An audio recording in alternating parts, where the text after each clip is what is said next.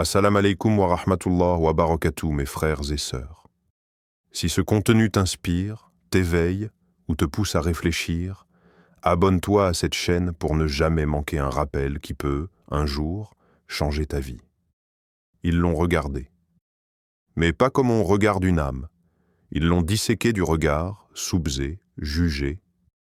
Tout cela pour un mot.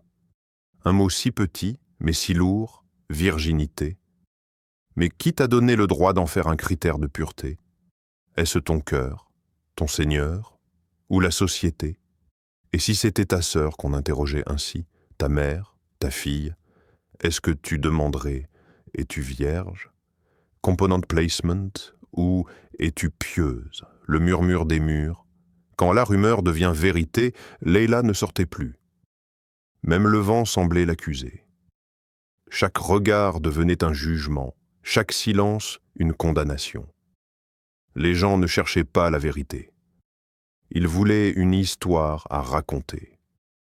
Sa vie devenait un feuilleton alimenté par les pauses thé et les réseaux sociaux. Mais qui se souciait de sa douleur? Qui entendait ses prières nocturnes, ses prosternations silencieuses, ses larmes tombant sur le tapis comme des perles de souffrance? Dans le livre, il est dit: ceux qui aiment que la turpitude se propage parmi les croyants auront un châtiment douloureux, ici-bas et dans l'au-delà. Sourate An-Nur 24-19. Leila n'était plus une fille pour eux.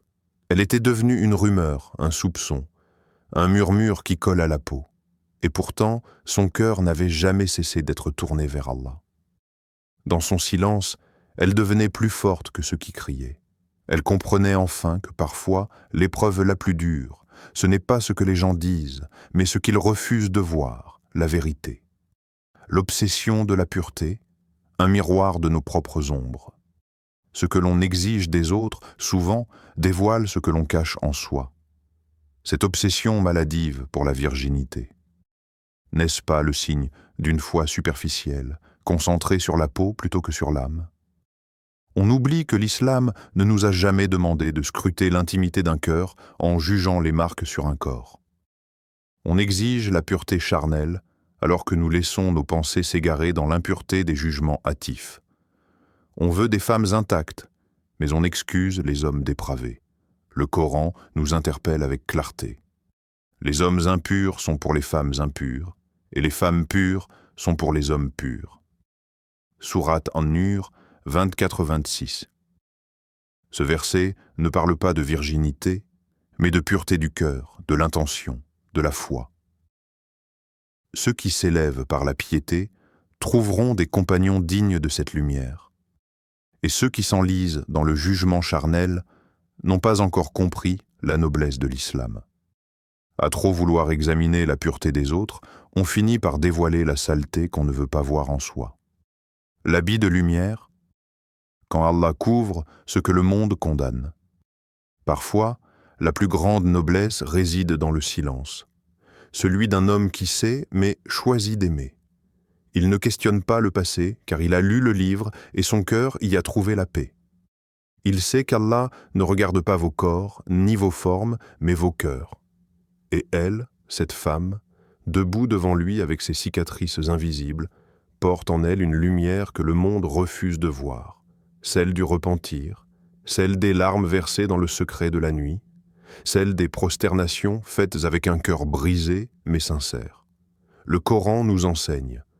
Et ceux qui, s'ils commettent une turpitude ou ont fait du tort à eux-mêmes, se souviennent d'Allah et demandent pardon pour leurs péchés, et qui pardonne les péchés sinon Allah, et ne persistent pas sciemment dans leurs méfaits. Sourate Al-Imran 335. Le jugement des hommes est souvent froid, dur, sans mémoire. Mais la rahma d'Allah, elle, est vaste, douce et éternelle. Et celui qui aime avec cette miséricorde a compris quelque chose de divin, le poids du regard. Quand la Oumma trahit ses principes, comment sommes-nous devenus une communauté où le voile de la femme pèse moins que le voile de son passé?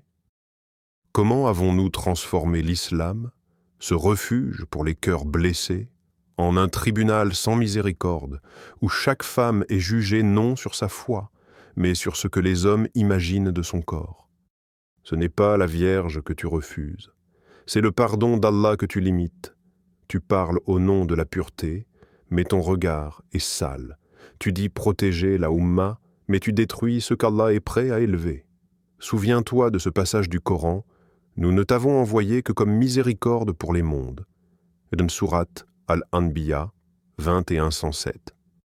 Le prophète Muhammad, paix et bénédiction sur lui, a pleuré pour les pécheurs, il a prié pour les prostituées repenties, il a essuyé les larmes des âmes rejetées. Et nous avons oublié que notre honneur réside dans la compassion, pas dans la cruauté cachée sous des mots pieux. Le repentir qui élève plus haut que l'innocence. Il y a dans le repentir une beauté que même l'innocence ne peut atteindre.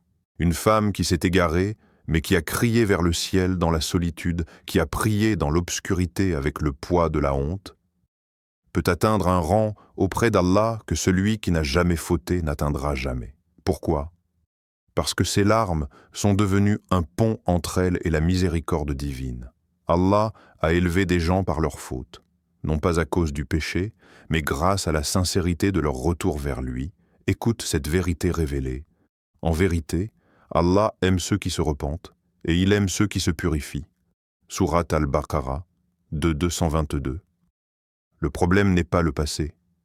Le vrai problème, c'est ce cœur qui refuse de croire que la porte d'Allah reste ouverte toujours, même après la chute. Alors qui sommes-nous pour juger ceux qu'Allah veut relever ? Peut-être qu'une femme prosternée avec un passé vaut mieux que 1000 cœurs arrogants, sans faute, mais sans lumière. La question qui change tout. Avant de questionner la virginité d'une femme, pose-toi plutôt ceci. Et si c'était moi ?